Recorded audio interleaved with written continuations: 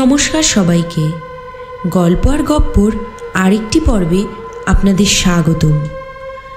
আজকের আমাদের এই পর্ব রহস্য আর রোমাঞ্চে ভরা ভিন্ন স্বাদের এক গল্প নিয়ে। লেখক নিহার রঞ্জন গুপ্তের মৃত প্রদীপ। আচ্ছা, ভালোবাসার পূর্ণতা পায় দুটি মানুষের মিলনের মধ্যে দিয়ে, কিন্তু যদি দুটি মানুষের প্রেম কখনো অপূর্ণ থেকে যায় কোনো এক অতীতের পাতায়, যাদের ভালোবাসার পথে বাধা হয়ে দাঁড়ায় কোনো এক অশুভ শক্তি, যার সাথে লড়াই করার ক্ষমতা আমাদের মতো কোনো সাধারণ মানুষের নেই, তাহলে কি হবে তখন, যখন যুগ যুগ ধরে তাদের ভালোবাসা অপূর্ণ থেকে যাবে কোনো এক অশুভ শক্তির অভিশাপে? মানুষ মারা যায়, সময়ও এগিয়ে যায়, কিন্তু অভিশাপ সে তো চলতে থাকে নিজের মতো করে, নতুন করে, নতুন ভালোবাসার খোঁজে। আজ একটি কাহিনী আপনাদের আমি শোনাব। বিশ্বাস করবেন কি না তা জানি না, আর যদি বিশ্বাস নাই করেন তো মনে করবেন এটা একটা দুঃস্বপ্ন। চলুন শুনে নেওয়া যাক লেখক নিহার রঞ্জন গুপ্তের মৃত প্রদীপ।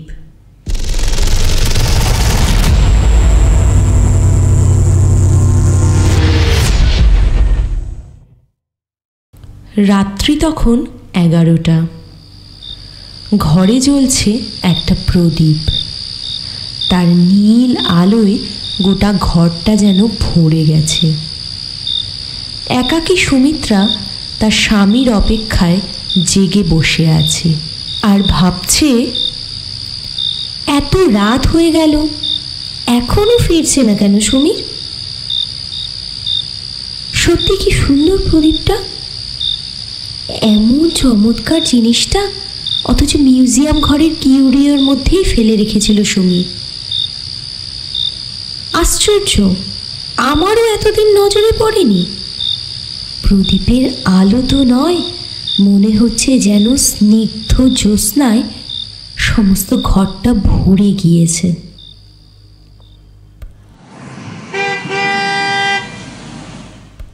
ওই বুঝি এলো এতক্ষণে। আজ ওকে সত্যি চমকে দেব, অবাক হয়ে যাবে ও।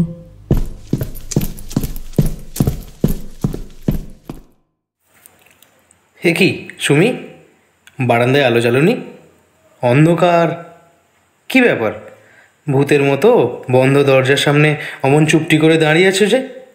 সুমির, আজ তোমাকে একটা সারপ্রাইজ দেব। সত্যি? সত্যি? কি বলো তো? যদিও তোমারই প্রথম আবিষ্কার, কিন্তু নতুন করে আজ তাকে আবার আমি আবিষ্কার করেছি। তোমাকেও যেন মনে হচ্ছে সুমি, নতুন করে আজ রাত্রে আবার আমি আবিষ্কার করলাম। কই, কোথায় কোথায় তোমার আবিষ্কার? চলো চলো দেখি। ওই ঘরে, ওই ঘরে নাকি? না না, আগে জুতো খোলো, তারপর ঘরে এসো, তারপর বলছি। বেশ, যথা আজ্ঞা দেবী। এই নাও, এই আমি পাদুকা মোচন করলাম। এসো এসো, দেখো, সত্যি বলো তো এখন আবিষ্কার করেছি কি না নতুন কিছু? ও কি, ও প্রদীপ তুমি কোথায় পেলে? নিভিয়ে দাও, নিভিয়ে দাও প্রদীপ, অভিশপ্ত তোর আলো এক্ষুনি নিভিয়ে দাও। ও কি করলে? অমন চমৎকার আলোটা নিভিয়ে দিলে কেন? তুমি তো জানো না কি নিদারুণ অভিশাপ আছে এই প্রদীপের আলোয়। ও আলো আলো নয়, ও আলো মৃত্যুর হাতছানি। কি বলছো তুমি সমীর? হ্যাঁ হ্যাঁ, তাই তো মিউজিয়াম ঘরে সংগোপনে রেখে দিয়েছিলাম ওই প্রদীপটা। কিন্তু কি সুন্দর আলোটা জানো, নীল আলো। নীল আলো নয় সুমিতা, ও বিষাক্ত নীল মৃত্যু। মৃত্যু? হ্যাঁ, আমার মিউজিয়াম ঘরে যে ছবিটি আছে, তিনি আমার শিক্ষাগুরু ডক্টর রুদ্র। 10 বৎসর আগেকার কথা। নতুন চাকরি, ডক্টর রুদ্রের সহকারী হিসেবে দক্ষিণ ভারতে খনন কার্য চলছে। মাস 2 বাদে হঠাৎ একদিন অকাল বর্ষা নামলো টিপটিপ করে। তার মধ্যেই খনন চলছে। আমি আর ডক্টর রুদ্র তাঁবুতে বসে আছি। হঠাৎ কুলিদের একটা গোলমাল কানে এলো। কি ব্যাপার? গিয়ে দেখি ছিন্ন মেঘের আড়াল থেকে বৈকালী রোদ সিক্ত প্রকৃতির পরে ঝলমল করছে। যে জায়গাটা ওই সময় খোঁড়া হচ্ছিল সেটা বোধহয় ছিল একটা মন্দির। খুঁড়ে বের করা সেই অতীতের মন্দিরের একটা ভগ্ন গম্বুজের পাদমূলে ওই প্রদীপটা। কি বলছো কি? আর ওই প্রদীপটাকে বেষ্টন করে আছে একটা ভয়ঙ্কর বিষধর কালসাপ। কালসাপ? হ্যাঁ, ডক্টর রুদ্র আমার সঙ্গে ছিলেন। তারই পরামর্শ মতো আগুন জেলে সাপটাকে তাড়িয়ে প্রদীপটা তাঁবুতে নিয়ে আসা হলো। কুলিরা সাপটাকে মেরে ফেলতে চেয়েছিল, কিন্তু ডক্টর রুদ্র তা করতে দিলেন না। আমারও মনটা কেমন যেন খুঁতখুত করতে লাগলো।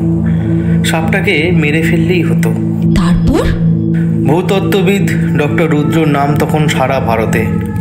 তার মুখেই একদিন শুনেছিলাম প্রথম যৌবনে একটি মেয়েকে তিনি ভালোবেসেছিলেন, কিন্তু শেষ পর্যন্ত বিবাহের মাত্র কয়েকদিন আগে হঠাৎ সর্পদংশনে সেই মেয়েটি মারা যায়। সর্পদংশনে মারা গিয়েছিল? হ্যাঁ, আর তিনি বিবাহ করেননি। সেই মৃতার একটি ফটোই ছিল যেন তার জীবনের সমস্ত সান্ত্বনা। কিন্তু যা বলছিলাম, সেই দিন সন্ধ্যার পর ডক্টর রুদ্র তার তাঁবুতে গিয়ে দেখি হ্যাজাক আলোর পরিবর্তে তাঁবুতে সেদিন তিনি ওই প্রদীপটি জ্বেলেছেন। স্নিগ্ধ একটা জ্যোৎস্নার মতো নীল আলোয় তাঁবুটা যেন স্বপ্ন সুন্দর হয়ে উঠেছে। আজও ভুলিনি সেই রাতটার কথা। সেই রাত।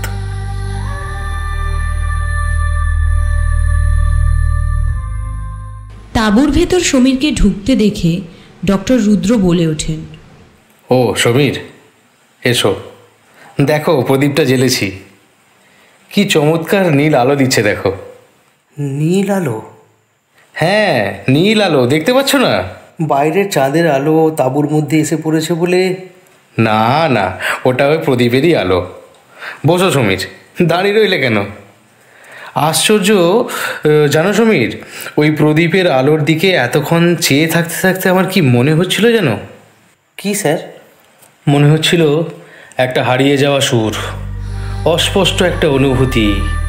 অনেক অনেক দিন বাদে যেন আবার হঠাৎ খুঁজে পেয়েছি। দক্ষিণ ভারতের এক প্রান্তে এই খোলা নির্জন প্রকৃতি, চারিদিকে অতীতের ভগ্ন স্তূপ। এতকাল যা মাটির অন্ধকারে বিস্তৃতির অতলে তলিয়েছিল, আচমকা যেন তার ঘুম ভেঙেছে। কি যেন ওরা বলতে চায়, কি যেন ওরা জানতে চায়। এমন সময় বৃত্ত রামরূপ প্রবেশ করে ঘরে। সাব? কে? রামরূপ? হ্যাঁ সাব, খানা তৈয়ার হয়ে গিয়া। চলুন স্যার। না সমীর, তুমি খেয়ে নাও, গে যাও। আমি আজ কিছু খাবো না। খাবেন না? কেন স্যার? শরীরটা যেন একটু। না, হ্যাঁ, চিন্তার কোনো কারণ নেই, যাও। রাতের খাওয়ার খেতে রামরূপ ও সমীর চলে যায়। ডক্টর রুদ্র খাবে না বলে সে তার তাঁবুতেই থেকে যায়। রুদ্র যেন হঠাৎই এক নারী কণ্ঠ শুনতে পায়। আশ্চর্য, কেন কেন মনে হচ্ছে ওই প্রদীপের নীল শিখাটি আমার বড় পরিচিত, যেন গতকালের চেনা। নীল ওই শিখার মধ্যে কার ওই মুখ ভেসে উঠছে? কে কে?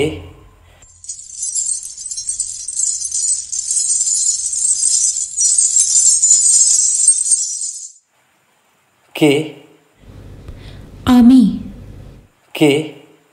কাছে এসো, সামনে এসো। আমায় চিনতে পারছো না? না তো। কে? কে তুমি? চিনতে পারছো না? আমি তো সেই জন্মে জন্মে যাকে তুমি কামনা করে এসেছো।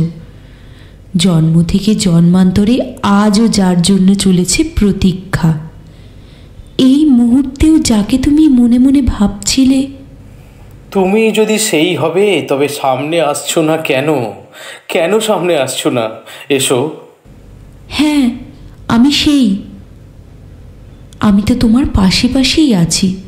তোমায় কেমন করে আমি ছেড়ে যাব বলো তো? এ যে জন্ম জন্মান্তরের বন্ধন। চিনেছি চিনেছি তুমি প্রতিমা, কিন্তু কিন্তু সর্বদর্শনে কি তোমার মৃত্যু হয়নি? না। প্রতিমা, প্রতিমা, তুমি তুমি সত্যি? না, প্রতিমা মরেনি, রঞ্জাও মরেনি। সুন্দর, সুন্দর, শিল্পী সুন্দর। রঞ্জা, রঞ্জা, রঞ্জা। গোবিন্দ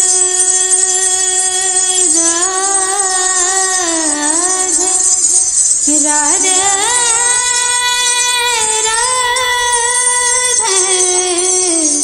গোবিন্দ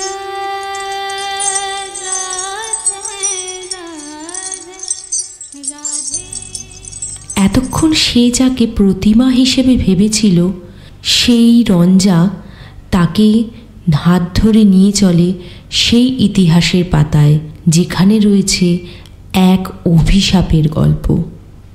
না, রঞ্জা মরেনি, সুন্দরও মরেনি। কিন্তু কোথা থেকে এলো তারা? কোথায় ছিল? কবেকার কথা, কত দিনকার কথা? হে অতীত, কথা কও, অনাদি অতীত, কথা কও।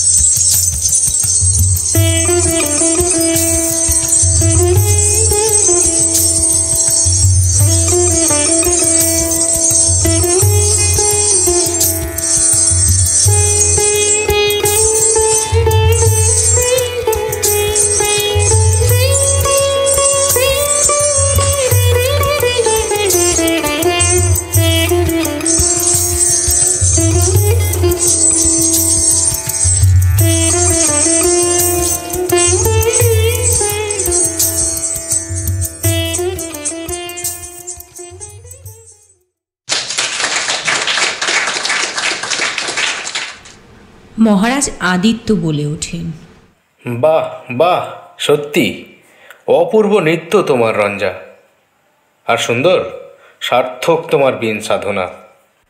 মহারাজের অশেষ করুণা। রাজবাড়ি থেকে বেরিয়েই সুন্দর চলে আসে নদী তীরে অস্ত্র উদ্ভাবক অর্জুনের কুটিরে। অর্জুন অস্ত্র তৈরি করে। সুন্দর আজ তার কাছে কোনো এক অভিসারী এসেছে। দুয়ারটা খোলো অর্জুন, আমি সুন্দর। আরে বীণবাদক সুন্দর, কি ব্যাপার এত রাতে এই নির্জন শহর প্রান্তে নদী তীরে? তাই তো, এই দিনের কুটিরে তোমায় কোথায় বসতে দিই বলো তো? বসো, ওই প্রস্তর খণ্ডের উপরেই বসো। তারপর কি সংবাদ? মুখখানা অত গম্ভীর কেন যন্ত্রভেদ? অর্জুন, আমাকে একটা জিনিস তৈরি করে দিতে পারো? নিশ্চয়ই, বলো। একটি তীক্ষ্ণ ছোট ছুরিকার প্রয়োজন আমার। ছুরিকা? বীণবাদক যন্ত্রশিল্পী তুমি, অস্ত্রের প্রয়োজন কেন তোমার? ব্যাপারটা কি বলো তো? এ তো বেশ ভালো ঠেকছে না। করে দেবে কিনা বলো, আর কত পারিশ্রমিক দিতে হবে সেটা বলো।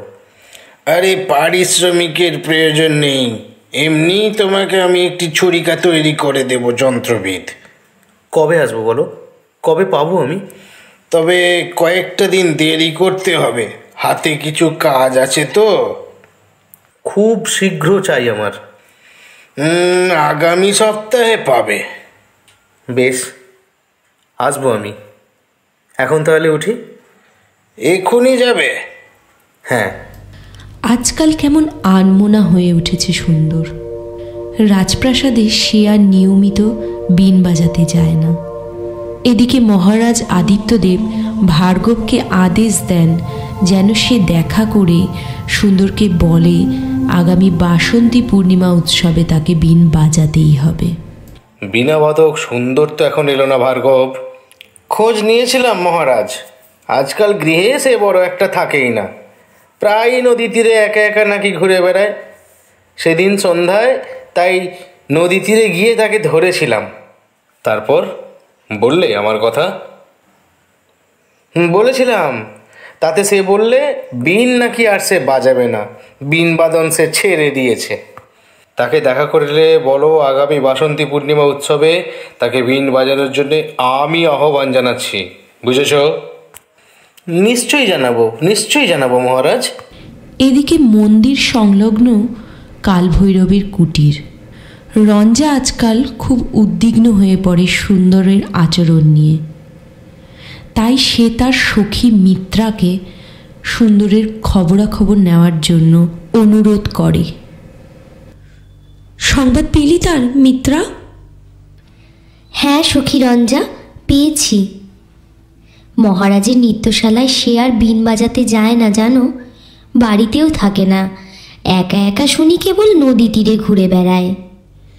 সামনের বাসন্তী পূর্ণিমা উৎসবেও তাহলে আর সুন্দর রাজপ্রাসাদে যাবে না। তবে কি হবে রে মিত্রা? তবে তুমি যাবে শুনলে হয়তো যাবে।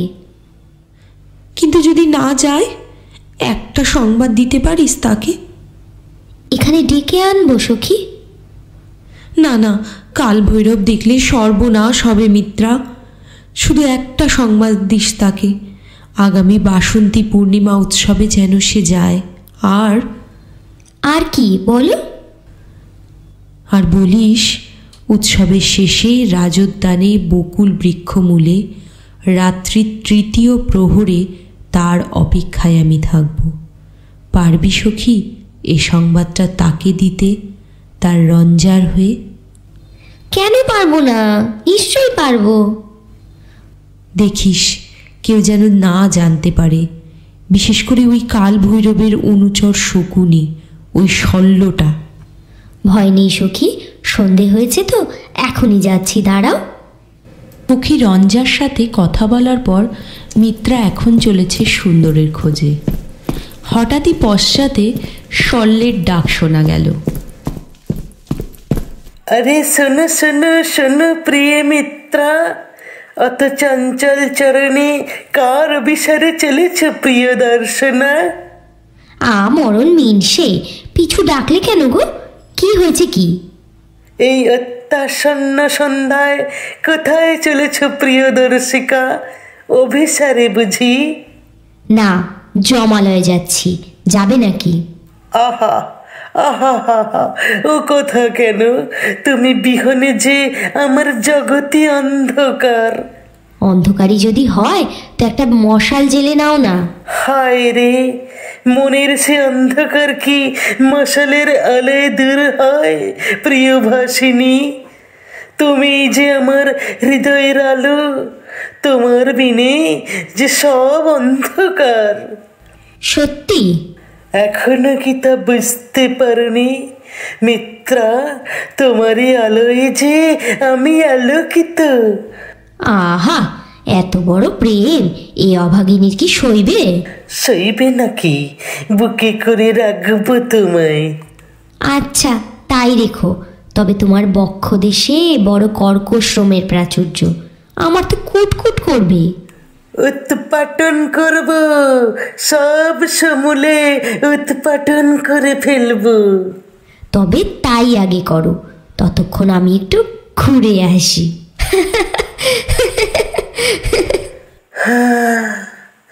হায় নারী। এবার রঞ্জার কণ্ঠে শোনা যায় সেই মধু বাসন্তী পূর্ণিমার উৎসব রাত্রির কথা। সে রুদ্রকে জানাতে থাকে সেই অভিশপ্ত রাত্রির কথা। তারপর এলো সেই কালরাত্রি তোমার আর আমার জীবনের, সেই মধু বাসন্তী পূর্ণিমা উৎসব রাত্রি। মহারাজ আদিত্যদেবের নৃত্যশালায় সে রাত্রে আয়োজন হয়েছে বিরাট নৃত্যগীতের। নৃত্যশালার একেধারে উচ্চাসনে আসীন স্বয়ং মহারাজ আদিত্য, পার্শ্বেই তার রুদ্রেশ্বরের পূজারী কাল ভৈরব। নৃত্যশালায় সে রাতে দর্শকের শ্রোতার দল যেন ভিড় করে এসেছে। তানপুরা সহযোগে গায়ক রঘুনাথ বসন্ত রাগ আলাপ করছে।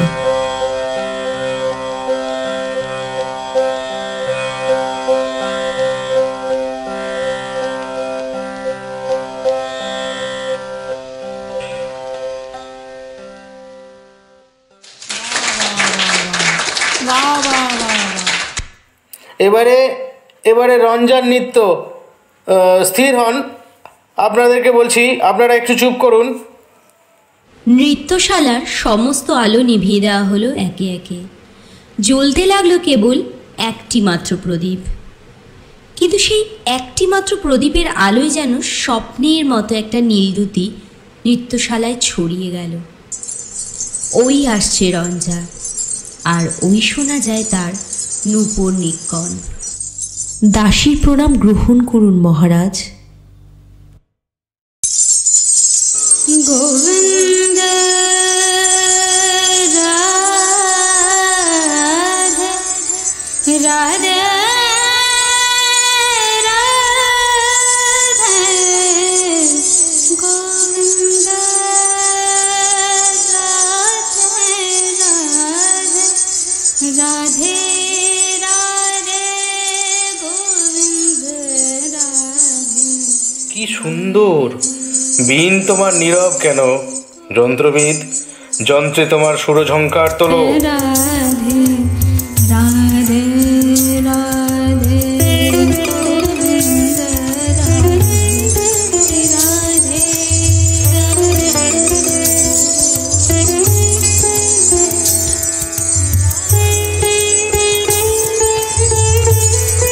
সুন্দরের বীণ তার করাঙ্গুলি স্পর্শে টিং টিং করে বেজে ওঠে। এদিকে রঞ্জার নৃত্য শুরু হয়। বীণ ও নৃত্য যেন পরস্পরের মধ্যে হারিয়ে যায়। সহসা বীণ মুহূর্তের জন্য থেমে যায়। একটা আর্ত চিৎকার কাল ভৈরবের কণ্ঠ থেকে যেন পেরিয়ে আসে। আহ আহ কি কি হলো? আলো আলো, সব আলো জ্বেলে দাও নৃত্যশালার। গোপন ছুরিকাঘাত। ওহ ওহ, নিশ্চয় বলছি মহারাজ, বলছি এসেই যন্ত্রবিদ সুন্দর সেই ছুরিকা নিক্ষেপ করেছে আমায়। আর রঞ্জা। খোঁজো খোঁজো, যেমন করে হোক খুঁজে বের করতেই হবে। দ্রুতগামী অশ্বারোহী সৈনিক এখনই প্রেরণ করো ভার্গব। দিকে দিকে প্রেরণ করো, যেমন করে হোক জীবিত বা মৃত ওদের দুজনকে আমার সামনে আনা চাই। রঞ্জা রঞ্জা। হ্যাঁ সুন্দর, বলো। চুপ, এসো, শিগগির চলে এসো। কোথায়? দেরি করো না, এই প্রশ্নের সময় নয়। এসো এসো, আমার হাত ধরো। নৃত্যশালা থেকে বেরিয়ে সুন্দর যেন ছুটতে থাকে, আর রঞ্জা তাকে অনুসরণ করে। কোথায় চলেছ সুন্দর? শীঘ্র চলো, আপাতত নদী তীরে অর্জুনের গৃহে। কিন্তু কাল ভৈরবকে হত্যা করলে কে? হ্যাঁ আমি, কিন্তু সময়ক্ষেপের অবসর এখন নেই। এখন চলো চলো, পালাই আমরা। কিন্তু মৃত্যুর আগে কাল ভৈরব যদি বলে দিয়ে থাকে, কিংবা মহারাজ যদি সন্দেহ করেন? তার আগে দূরে, বহু দূরে চলে যাব আমরা। আর তো চলতে পারছি না সুন্দর। আর সামান্য পথ, ওই সামনে অর্জুনের কামারশালা দেখা যাচ্ছে। আর একটু চলো। ছুটতে ছুটতে সুন্দর আর রঞ্জা নদী তীরে চলে আসে।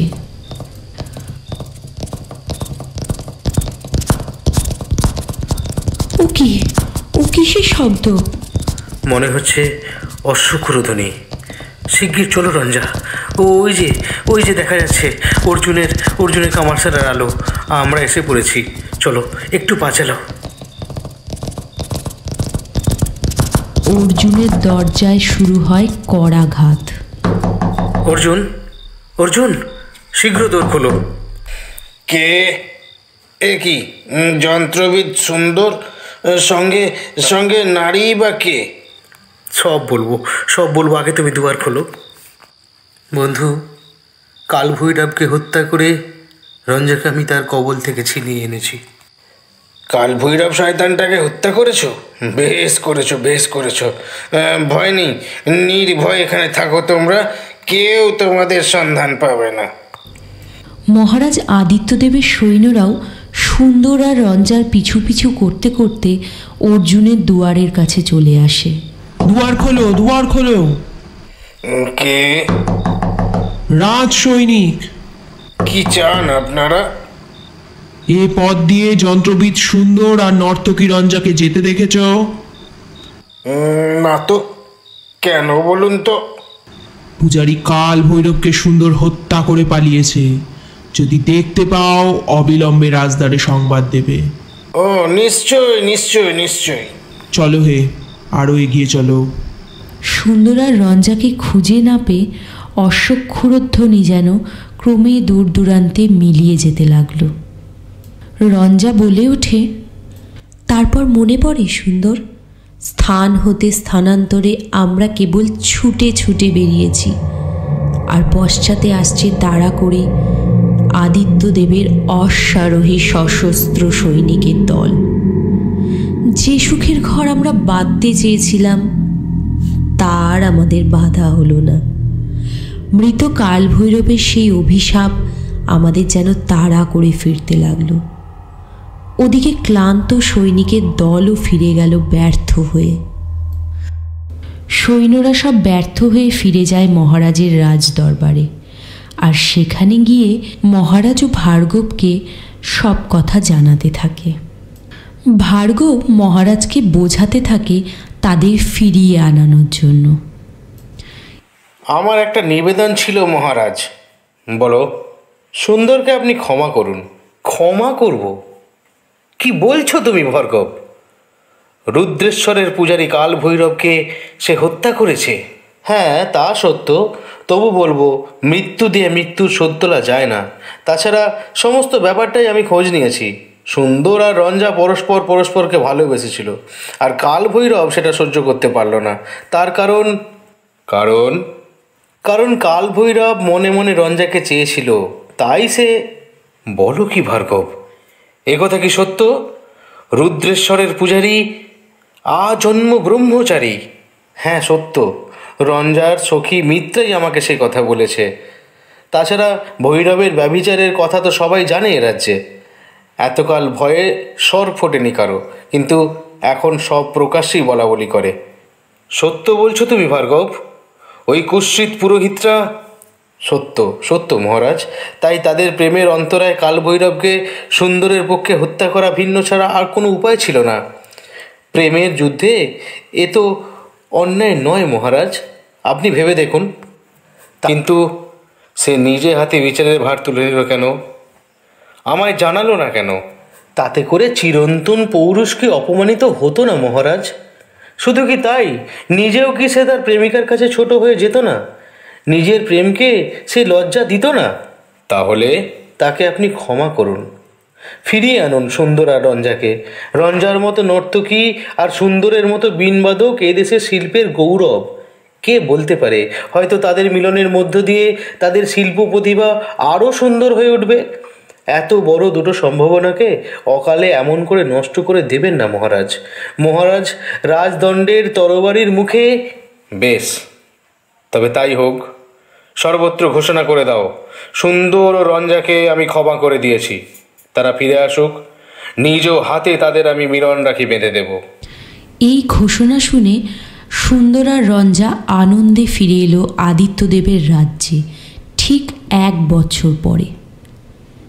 এতদিনে সত্যি বুঝি তাদের সুখের ঘর বাঁধা হবে। কিন্তু হায় রে নিয়তি, থাক সে কথা। 1 বছর পর আজ আবার সেই মধুবাসন্তী পূর্ণিমা রাত্রি। উৎসবান্তে তাদের প্রথম মিলন রাত্রির মধ্যে দিয়ে তারা নিজেদের পরস্পরকে আরও কাছে, আরও নিবিড় করে পাবে। রাজার নৃত্যশালায় আজ সেই বাসন্তী পূর্ণিমা উৎসব। সেই প্রদীপটাও জ্বালানো হয়েছে এখানে। স্বপ্নময় প্রদীপে নীল আলোয় লাস্যময়ী রঞ্জার নৃত্য শুরু করে, আর সুন্দর বাজাতে শুরু করে সেই বীণ।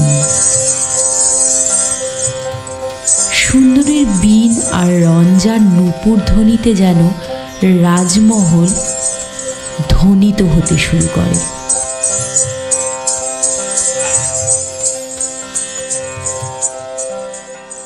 হঠাৎই যন্ত্রণা কাতর কণ্ঠে কেঁদে ওঠে রঞ্জা। আহ! কি কি হলো রঞ্জা? ও কি ও কি ও কি সাপ সাপ? হ্যাঁ, দংশন করেছে। বিদায় প্রিয়তম। সুন্দর সুন্দর সুন্দর, সরে যাও সরে যাও, সাপটা তোমায় দংশন করলো। রঞ্জা রঞ্জা!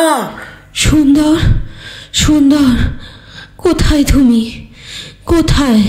রঞ্জা রঞ্জা! সাপ সাপ ওখানে সুন্দর। কোথায়? ওই ওই যে, পালাও তুমি সুন্দর, পালাও। দূর হতে যেন একটা কণ্ঠস্বর ভেসে আসে।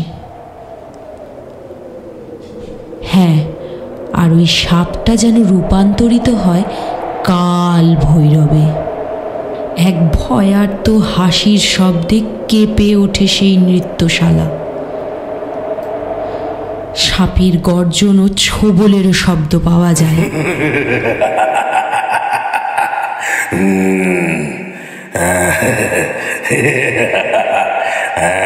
কে?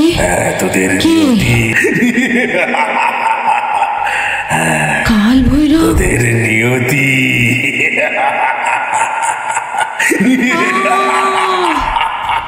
এই পর্যন্ত শুনে সুমিত্রা বলে ওঠে।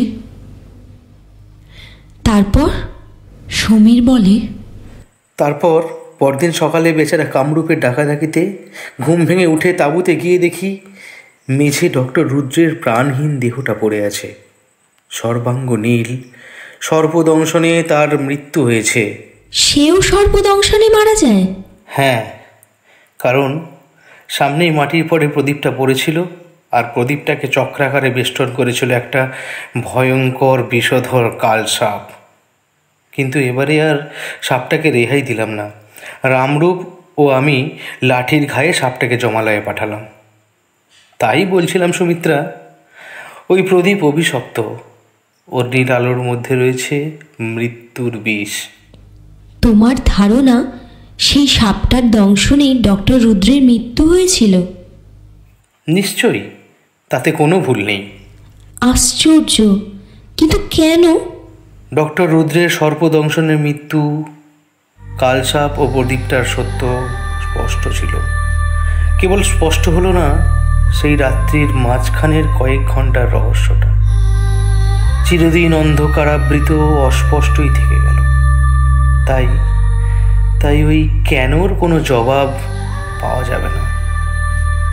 তোমার কি মনে হয় সমীর? আমার কি মনে হয় জানো সুমি?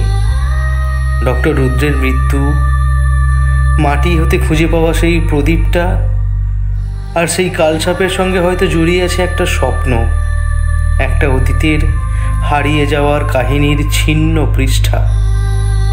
ঘুম ভাঙা স্বপ্নের মতো যা হারিয়ে গিয়েছে, যার কোনো সন্ধান আর পাওয়া যাবে না। তাই তো ওই প্রদীপটি সবার চোখের আড়ালে গোপন করে রেখেছিলাম। একটা স্বপ্ন, একটা স্মৃতি। গোবিন্দ রাধে রাধে গোবিন্দ রাধে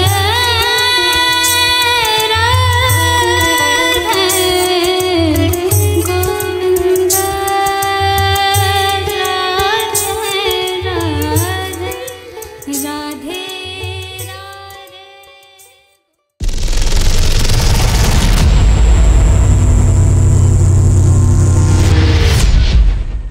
এতক্ষণ আপনারা শুনছিলেন লেখক নিহার রঞ্জন গুপ্তের রহস্য রোমাঞ্চে ভরা গল্প মৃত প্রদীপ। আজকের এই গল্প পাঠটি যদি আপনাদের ভালো লেগে থাকে তাহলে আমার চ্যানেল গল্প আর গপ্পকে কিন্তু সাবস্ক্রাইব করতে ভুলবেন না। এই মুহূর্তে আপনারা যারা আমার গল্পটি শুনছিলেন তাদের সবাইকে অসংখ্য ধন্যবাদ। আপনারা ভালো থাকবেন, সুস্থ থাকবেন।